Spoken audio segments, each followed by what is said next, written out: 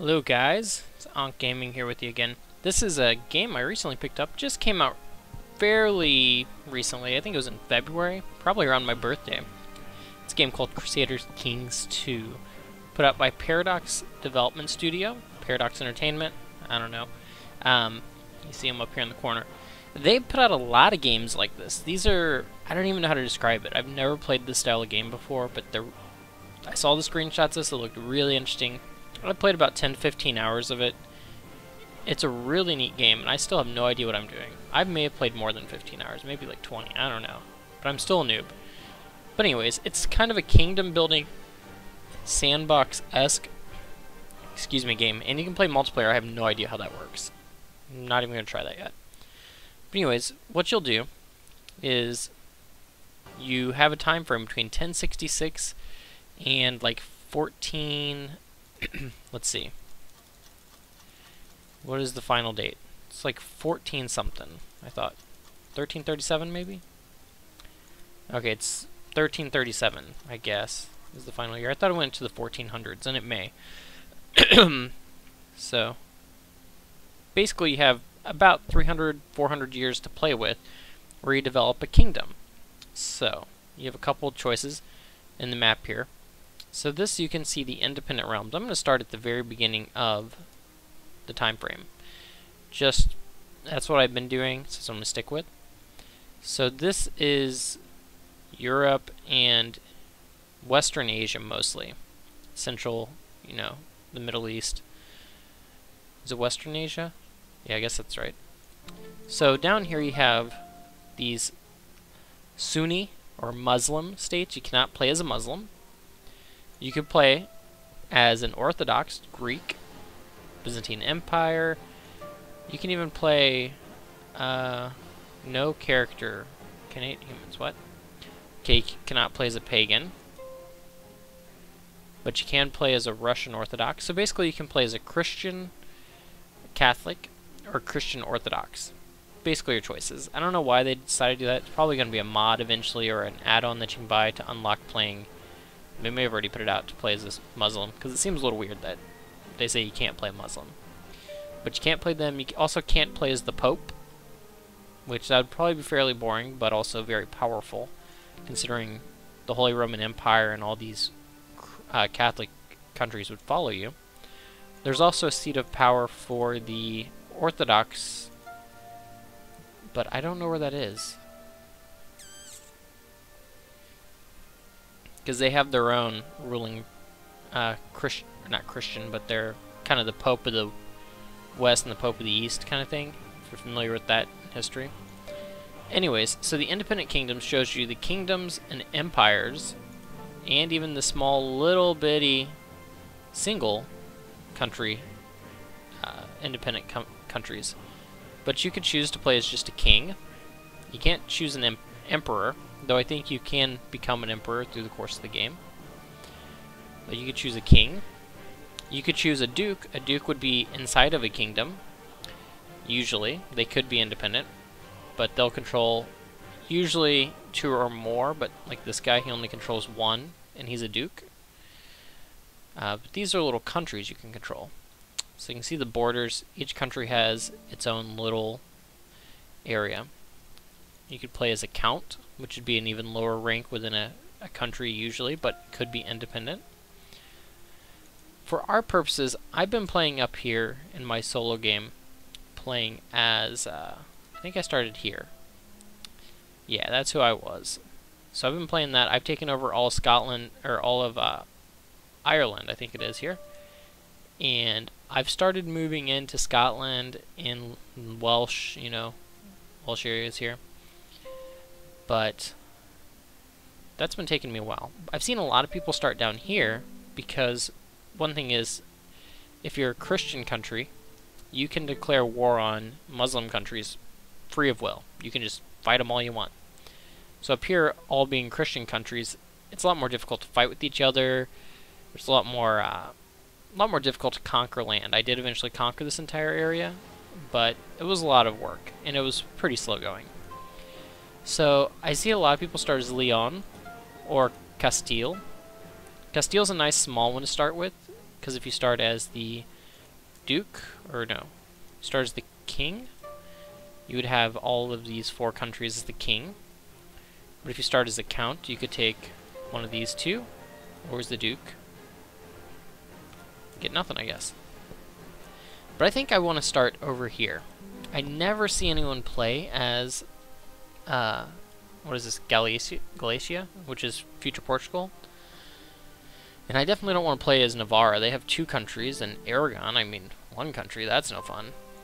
This guy's got a nice little setup. Right next to France, though. France is a pretty big one. You'd want to stay allied. Could play down here as in Genoa, or you cannot play Venetia. It's a republic. You can't play as a republic.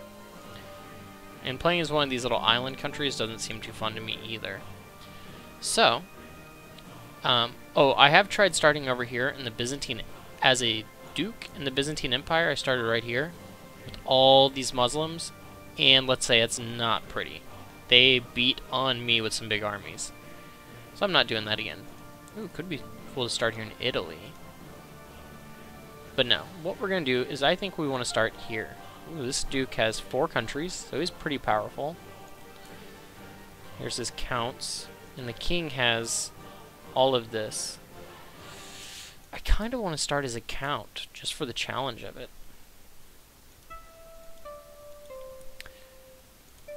So, let's see, where should we play?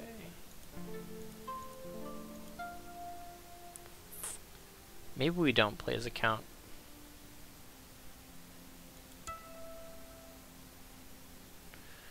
Problem with playing as a count is you don't have a lot of control. You can war against your other counts, but that's not going to be easy either. Though, if I started as this one, I could try to expand my power grasp down, and hopefully my king would back me up. Huh.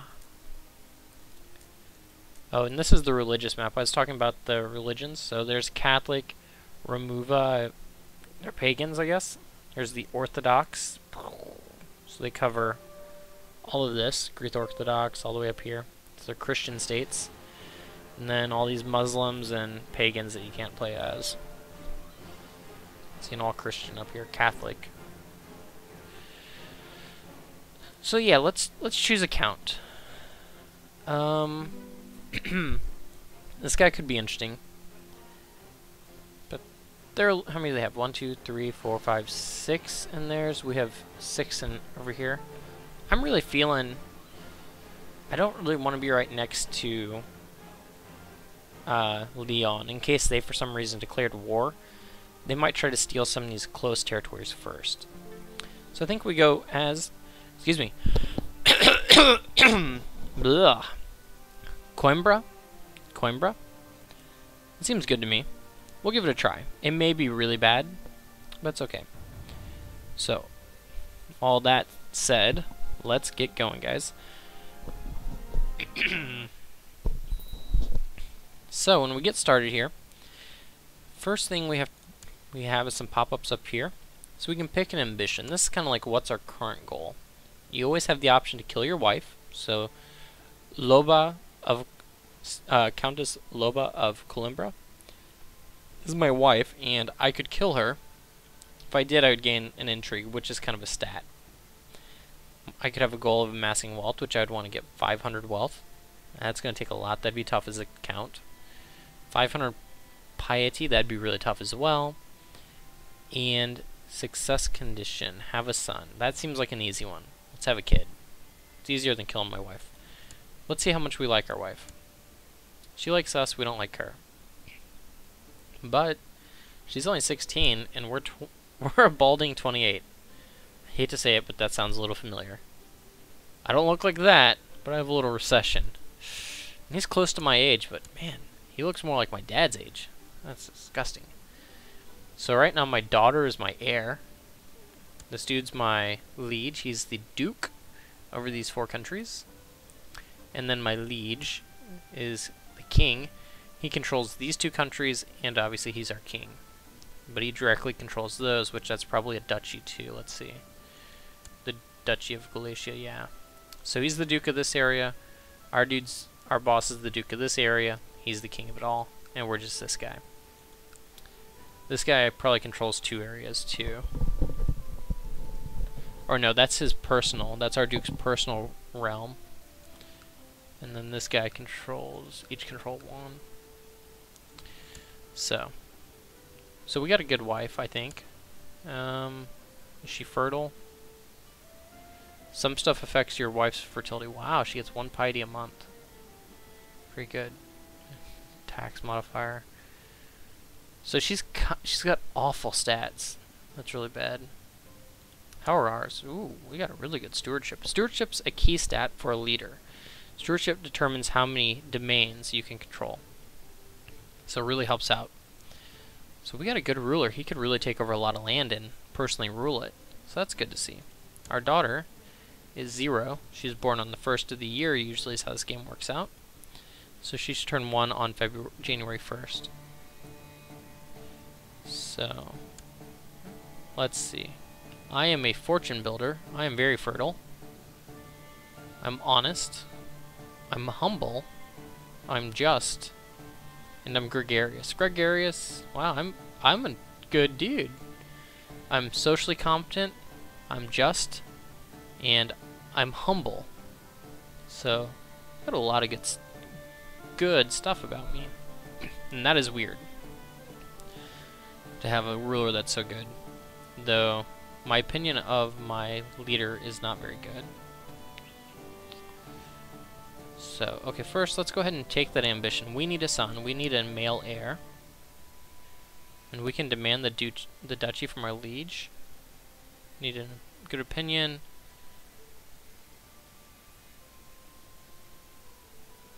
Huh. That doesn't seem very tough. I just need an opinion of 25. And I can demand the duchy, which would be all of his land. Highly doubt that he would do it. So, okay, have a son. That's our goal. Let's check out our council here. So our chancellor, and we're going to put them all to work too right away. So as you see right here, this is actually a fairly big Muslim country below us. So it's going to be tough to take their land, but maybe we can get in on a war and take some. So, look at this. This guy's got a lot of stats for his country. We, on the other hand, Muslims, high stats for their countries. I don't get it. But see how nice they are? Like, if we take this over, we'll have a lot of, not very much military advance, but they have a lot of economy and a lot of culture advances. Versus us, we don't have a lot of those technologies. We can raise... troops are going to be about equal, but they're a lot more advanced than we are. So you can see with our country here, we have a tax of 4.4. We can supply up to 30,000 troops here. No revolt risk. We're Catholic. Culture's Portuguese. This is how much army we can raise. 302 of a max of 529. That other, the 529, typically stays in our garrison, right? Yeah. So 285 is our personal levy, and then we have 282 on our garrison, which is defending our keep. We live in the country capital, in the keep, and then these other little holdings down here, like this is a city, a bishopric, which is church, and then we have one that we can build, but it costs 700 gold. But we could choose to build a second castle, a temple, or another city. Cities produce a lot of tax, and they're headed by a mayor. Temples produce a lot of tax if the bishop likes you. But they are interesting. Temples don't provide as many troops. Cities provide low quality troops. Castles provide decent tax. Actually, it's fairly low, but they provide a lot of troops. And they provide good troops. So castles are really, if you're a warring country, are really good. If you just want to sit back and get some gold, cities are a good way to go too. Temples, I guess, might increase your piety. What's he giving me? So I'm getting tax from him right now. See, like in low fort level for these places, they're not fortified like our castle is. So they're easy to siege. Okay. So we have one ally, which is the Duke, our boss. We only have we have 2 vassals. That's our mayor and the bishop. So those are the guys who control these areas. If we build a new holding, which would cost 700 gold, which would take forever, we would have another vassal. If we were a duke, like for the duke here, he has vassals for these 2 holdings, plus each of us are his vassal. So if we look at him, he has 5 vassals. So 3 counts, a mayor, and a bishop. And then the king, obviously. He would have himself, people in his court, so the people in his land holdings, which would be 4 for land holdings, and the duke. So he should have a court of 5. See? 2 bishops, a mayor, a duke, and should be another mayor. Oh. He doesn't have 2 cities. He has... Wait, I'm confused. Wow. Wow, that's a powerful country then. He has 2 castles and no city. So that's why he gets 1,000 troops there. Versus this one, it's only 500. I mean, those castles really put it out. It's interesting that he has 2 castles and no city. I've never seen that before. They almost always have a church, a city, and then occasionally a second, one of those 2 or a second castle. But never 2 castles and not a city. So, and we'll get the game rolling here in a minute. So let's go back to our council. Our council is actually, oh my gosh, my court chaplain only has a 1 in his stat. And my second best is a 0. That's not good. That is not very good. Oh my gosh, that's really bad. I've never seen that bad of stats. Okay, so he can basically do nothing. We'll just put him here in our country, improving our relations with our with the bishopric in our town. It'll help us make sure we're getting gold, kind of. I mean, he's awful. Our spy master is decent. He's actually our bishop. That's funny. Our bishop's the spy master. This is how much they like us, the little green numbers. So all of our people like us pretty well. So let's assign him. We will assign him to... Everyone probably likes us right now. Let's just study technology from another country. Now if he dies, whatever. So I've seen people who like to study it in Genoa for some reason. Switzerland. I don't know why. I don't like that. I want him to study. Let's study in... Where's the Emperor's domain? Is it this one? Yeah, it's headed by the Kaiser. I want one that has better technology, so we can hopefully get some technology.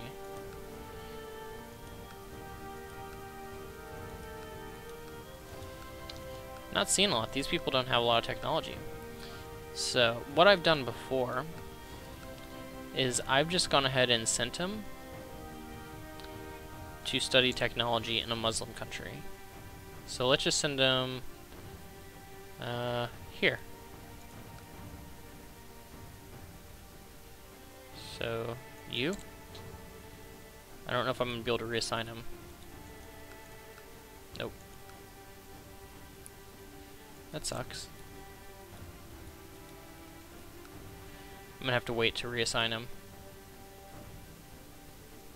But when we can, we will have him study in one of these countries, one of the Muslim countries. Okay, so our stewards can collect taxes, which there's a chance that the peasants will attack him, or that a chance we'll get a special tithe, but he also helps just increase our tax modifier, so we just get more gold. We can have him oversee construction, helps us build stuff quicker, or he can research economy in our own state. I think we're just going to collect taxes. Marshal can suppress revolts. We don't have any revolt risk. He can train troops, or he can research military. And I think for our purposes, we want to go to war fairly soon, so we're going to start raising our levies, building up some troops. And finally, our Chancellor, he can improve our diplomatic relations. He could fabricate a claim, which basically means he'll go to another country. We could send him anywhere, and he'll make up false paperwork and try to prove that we have some reason why we should be the ruler of that land. And if he succeeds, then we would be able to go to war against that country to claim that land. So say I could do it to my own... Oops, I just did. So I could do it to my neighbor here, and I could make up basically potentially get a reason of why I should be able to go to war with them, because otherwise, you see here, I can't go to war because I have no casus belli, aka reason to go to war with them. Now, there could be a reason why. Let's see. If you click on our duchy, or our country, the country of Columbra is traditionally a part of the duchy of Portugal. But see, this duchy I don't have a claim on, really. I would need to control,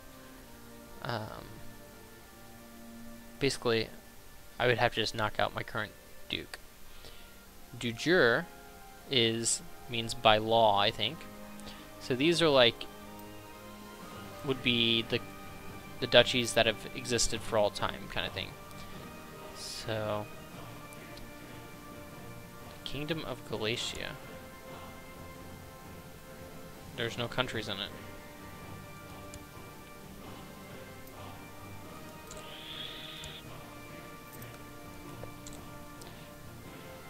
Okay, let's see. Oh, okay. So du jure, Kingdom of Leon. Why do I care about that? Kingdom of Portugal. Ah, okay, so if you look here, there's a... Where's this? So this guy controls some... What is it? Lisbon? Lisboa? Osir de Sal? Dosal? Evora? And Mertola. So these four are actually part of the du jure duchy of Beja, which I'm sure that guy controls. Now, if we go back to the Kingdom of Portugal, there's also the Duchy of Algarve, which would be these two. So, the Kingdom of Portugal would be here, down.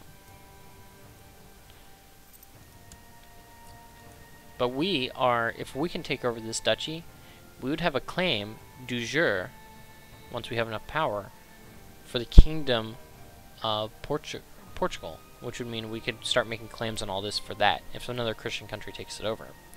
As it is, we're currently in the Kingdom of Galatia, so if we have enough power here, we can make a claim for the kingdom as well, and usurp them, take out the leader.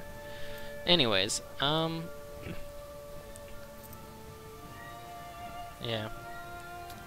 So let's get going. We only have a little bit of gold. We're gonna start the time off running a little slow. What messages do we have? I want to have a son. I sent my guy to do some work. I sent a guy to do some work. So this is just these are your notifications.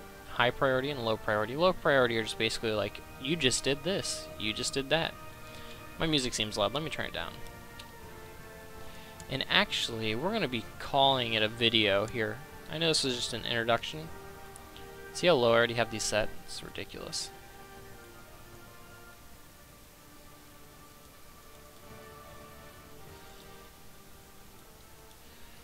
Okay. Oh, disable all hints. Yep. So, what we're going to want to do... Oh, look, I'm the Count of Columbra. That's right. And then I'm the Steward of Portugal. So, my Duke obviously likes me because I'm the Steward. So, what's he got me doing? I'm researching economy in Porto. That jerk. He's putting me to work. So, what's our first goal? We want a son. Can't really make that happen. Oh, let's assign our technologies. So, here you can choose a technology to focus on. If you focus on it, you get an extra 100% research towards it. All the others will grow slowly on their own anyways. One of them I want is, I want to focus on legalism, because that'll let us have bigger counties eventually. Bigger countries, which mean more power. So if we have a leader down the line who is not strong of stewardship like I am, we would still be able to control a lot of countries. Now, the way this game works, didn't mention this, but you play your family. So I'm the House of Davidus, and if I die, my hero could die at any time, I would continue playing as someone else in my family. The only way to really lose is to lose all your land, or have no heirs or no descendants you could take on. So, as far as I understand it, I haven't lost a game yet, but I haven't played a lot, like I've said. And when stuff goes bad, I've reloaded saves. But I'm not going to do that in this one. If I die early, I die early. If my duke decides to come down and steal my land, well, so be it. Doubt he will, because I think he likes me. Yeah, he likes me, I don't like him. So our current goal is I want to get land. Or power. So for example, we could look at this. His opinion of our liege is pretty low, but our liege likes him an 11. The duke likes this guy a 6. This guy barely likes the duke. So it looks like the duke likes us better than anyone else. If we build up his opinion of us, we could go to war with another country in our own domain, in our own kingdom, and no one will care. Main thing is, we have to make sure our liege likes us better so he doesn't go to war against us too. But we'll need a claim. We have no claim on these countries. Well, I could go to war for independence or to dispose him. So if I win, he would lose a lot of prestige, and he leaves. Basically. But if we lose, we become imprisoned, which would be no good. Oh, and if we dispose of him, his heir just takes over, so we wouldn't even get it. That's not exciting. That's stupid. Let's look at our laws real quick. We're gavel kind, so what this means is your prestige penalty for having unlanded sons. You get no prestige penalties. That's good. But who gets it? If the title of the ruler is divided among his children, the oldest getting primary title, ruler has no children who can inherit, the laws default to a different one. What's this mean? The eldest person, right? The oldest child of the ruler inherits all titles. Okay. And Gavelkind's not bad, but I really would prefer just to have my eldest gain everything. And we're basically set up so that either boys or girls can receive titles, but only if there's no eligible males. So that's fine. Currently my daughter's the heir, because I have no other children.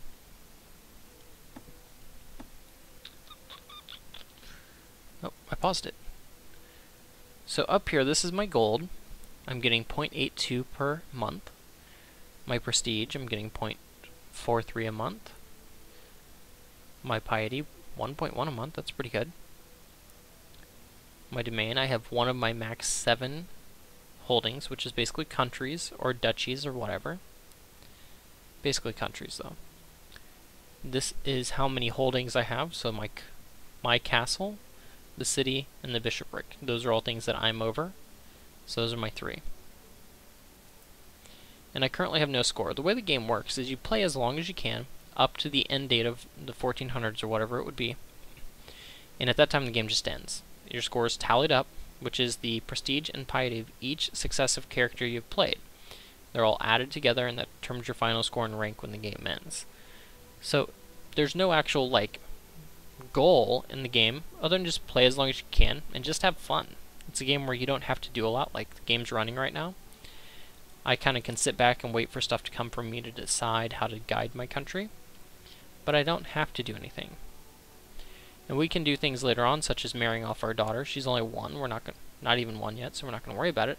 But to develop alliances, we can invite people to our court. which actually we're going to do that right now, because we could use some extra people in our court. Oh yeah, what's our law here? No taxation of my feudal lords. Forget that, you guys are getting taxed.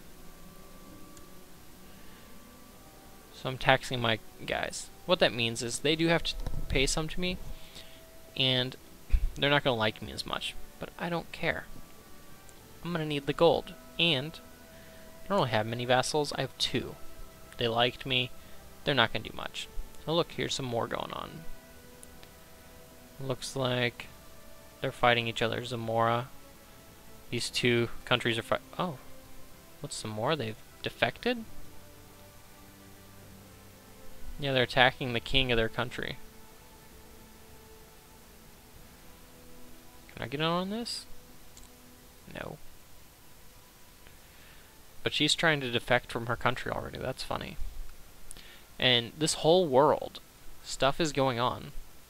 This is the neat part. People are marrying each other. People are assassinating other rulers. There's just all kinds of stuff going on. Holy wars will be going on. There'll be wars going on all over the map. But we'll just be sitting here zoomed in over here most of the time, oblivious to everything else going on in the world. Oh, what happened? So he raised our troops. What's going on? The lords of Galatia have approved the institution of limited crown authority. The duke has become the cupbearer for the king. The lords of Leon have improved medium crown authority law. Wow, that was quick. We'll arrive in Santiago. So what war has my king pulled us into? Oh wow. So we have joined the war against the king here. So where's the king?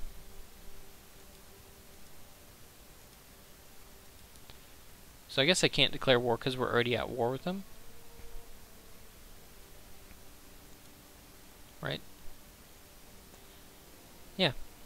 So we're at war, so I could actually raise my troops. So we'll go over that more in the next video. Thanks for watching, guys. Please subscribe to see more videos. If you like this, please leave comments. Let me know. And I will try to bring more videos. I'm very into this game, so I'm going to do at least a couple. So thanks for watching, guys.